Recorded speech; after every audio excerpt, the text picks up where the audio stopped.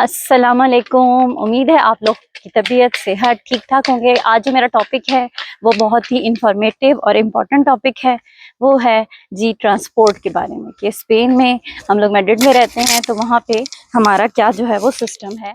तो आज जो है वो मेरी बेटी की अपॉइंटमेंट है, सबसे छोटी बेटी की, because she is now 4 year old. क्योंकि अब जो 4 साल की हो चुकी है तो उसको जो है ना कार्ड बनाना पड़ेगा। उसकी अपॉइंटमेंट हमने ऑनलाइन बुक कर ली थी। तो अब हम जा रहे हैं क्योंकि वहाँ पब्लिक और ट्रांसपोर्ट का ऑफ़िस होता है, वहाँ पिक्चर और सारा कुछ लेते हैं और बच्चे का कार्ड जो है वो बना देते हैं फ्री ऑफ कॉस्ट।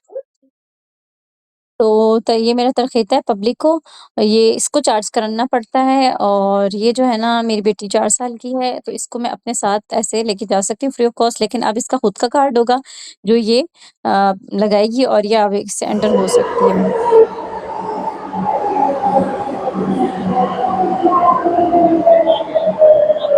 ये यहाँ ट्रांसपोर्ट ऑफिस में जो है वो कार्ड बन गया है।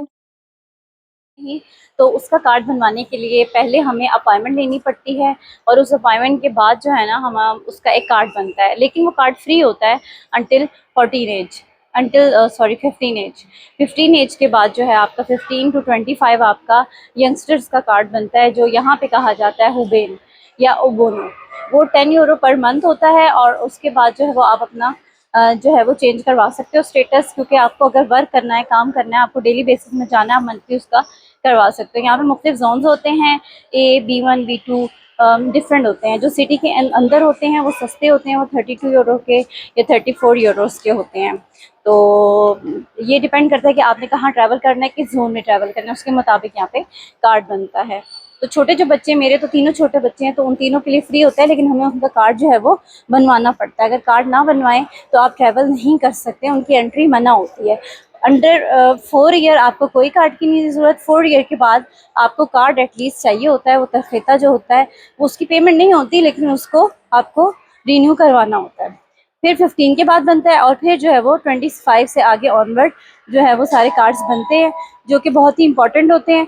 तो जो डिपेंड करता है, अगर आपने कम ट्रैवल करना है, जैसे मैं हाउस वाइफ हूँ तो मुझे इतना ट्रैवल नहीं करना होता, तो मैं अपनी जो ट्रैवल्स हैं, जैसे 10 ट्रैवल ख़ास कहते हैं, वो जो है मैं 7 यूरो में परचेज़ भी कर लेती हूँ अगर मुझे डेली बेस पे नहीं जाना होता। तो अगर आपने पब्लिक ट्रांसपोर्ट यूज़ करनी है और आप स्पेन में रहते हैं या किसी भी और कोई हिस्से में रहते हैं, तो इन सब ने बहुत रेगुलर रूल्स रखे हुए हैं। हर चीज़ को क्लियर लिखा हुआ है चीज़ों को, और गाइड करने के लिए लोग भी हैं। आपको यहाँ घूमने का कोई भी डर नहीं होता। तो एन्जॉय करें, और हर चीज़ को इन लोगों ने इतनी मुनज़्ज़म तरीके से रखी हुई है कि आप लोगों के लिए बहुत आसानियाँ हैं। तो मैं तो बच्चों के साथ अकेले भी आराम से ट्रैवल कर सकती हूँ।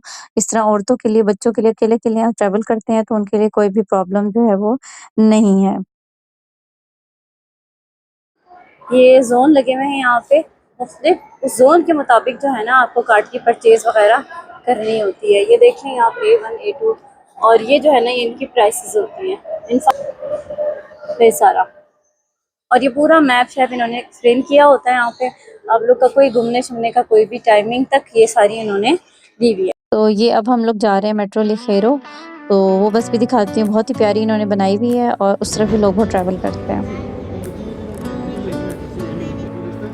और ये जो है ये देखें, यहाँ कार्ड डालें क्योंकि हमारा ज़ोन जो है वो डिफरेंट है, तो हमें समझा रहा है। अच्छा, एक उसने कार्ड डाला है और मेरा ब्याखा जो है वो एक हो गया। तो ये अब हम लोग जाएँगे मेट्रो लिखेरो। ये बहुत ही प्यारी बस है और बहुत ही खूबसूरत है। ये रोड के ऊपर भी चलती है और अंडरग्राउंड भी जाती है, और फर्स्ट टाइम मैं इधर ट्रैवल कर रही हूँ। तो ये बहुत ही प्यारा मुझे इनकी बस का सिस्टम लगता है। बच्चों के लिए, बड़ों के लिए, हर एक के लिए बहुत ज़्यादा सेफ है।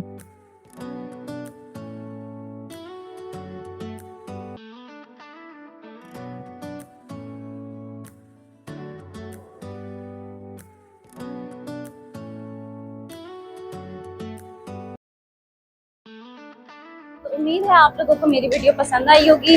अगर आप लोग को इन्फॉर्मेशन लेनी है तो आप आराम से इस बारे में सर्च भी कर सकते हैं। हर चीज़ यहाँ पे मेट्रो स्टेशन मैंने आपको दिखाए हैं, जोन वगैरह, प्राइस, और यहाँ पे मेट्रो पे उनके अपने गार्ड्स भी बैठे होते हैं जो आपको अच्छे से गाइड कर लेते हैं चीज़ के लिए। आप लोग को हाँ थोड़ी बहुत लैंग्वेज आनी चाहिए कि आप इन चीज़ों को समझ सकें और उनसे बात कर सकें। तो अपना बहुत बहुत ख्याल रखिएगा। अल्लाह हाफिज़।